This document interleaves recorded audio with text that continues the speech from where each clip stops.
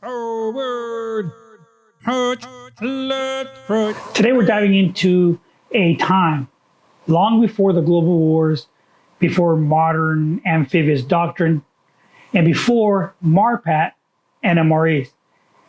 We're going to look back to the early 1800s to explore the role of Marines in the War of 1812 and how their identity evolved leading up to and through the American Civil War. Now, this is a fight for a young nation during this time, for their survival and the foregoing of the Marines' fighting legacy from fire and iron.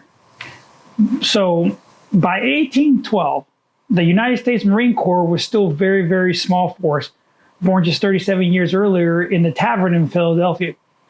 But when the war broke out in Britain, the Marines were ready to prove their worth once again.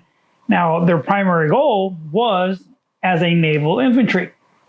They manned ships, standing watch on the decks of the USS Constitution, and others acting as sharpshooters and rigging and guarding officers and even prisoners.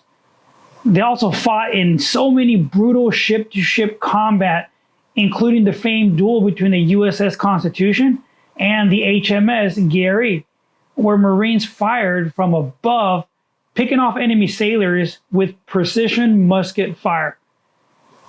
But the Marines didn't just fight on sea. In 1814, during the Battle of Bladensburg, a detachment of United States Marines and sailors held their ground against an overwhelming British force, famously refusing to break their ranks. And even though they were outnumbered and ultimately forced to retreat, British officers, they reportedly praised the Marines' discipline and the bravery that they had that day. So from the shipboard sharpshooters to defenders of Washington, D.C., the War of 1812 showed the nation and the world that the Marines were more than just soldiers that were at sea. So after 1812, the Corps didn't just fade away. It actually got a lot busier. Throughout the early 1800s, Marines were involved in dozens of small-scale conflicts, often referred to as the Banana Wars. This was before that term became more widely used later on during that century. And they fought pirates in the Caribbean. They protected Americans' interests in South America and enforced federal law on land. And yes, even back at sea. So they did a lot of things during that time. The Marines were also aboard American ships during the Mexican-American War. And this was between 1846 and 1848, where they famously fought in the Battle of Chapultepec, earning the Blood Stripe, which till this day is still worn on the dress blue uniforms by Marine NCOs. These years during this battle shaped the Corps' dual role, both on naval and expeditionary, that would define how the Marine Corps was going to move forward throughout history. By the time of the Civil War, when it broke out in 1861, the Marine Corps was still a small force, around 60 officers and approximately 1,800 enlisted Marines. The Corps once again found itself in a difficult position. A force designed for sea duty, now being pulled into the largest land war that the country had ever seen during that time. They served aboard Union ships, enforcing blockades, manning shipboard guns, and launching amphibious assaults along the Confederate coast. They were present at the Battle of Fort Fisher that helped to secure the last major coastal stronghold for the Confederacy during that time.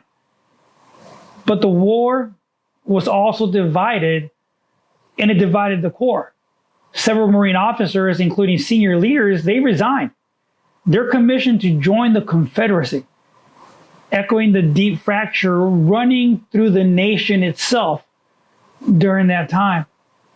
Now, the Confederate States, they decided to form their own version of the Marine Corps, even though it was very small and it was very, very less formalized.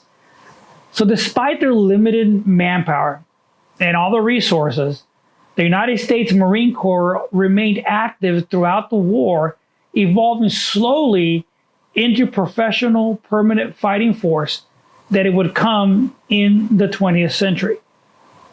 So from blazing musket fire on the decks of all these wooden warships to holding the line outside of Washington, to blockading enemy coasts in the bloodiest war in American history at that time, the Marine Corps proved one thing: that they were here to stay.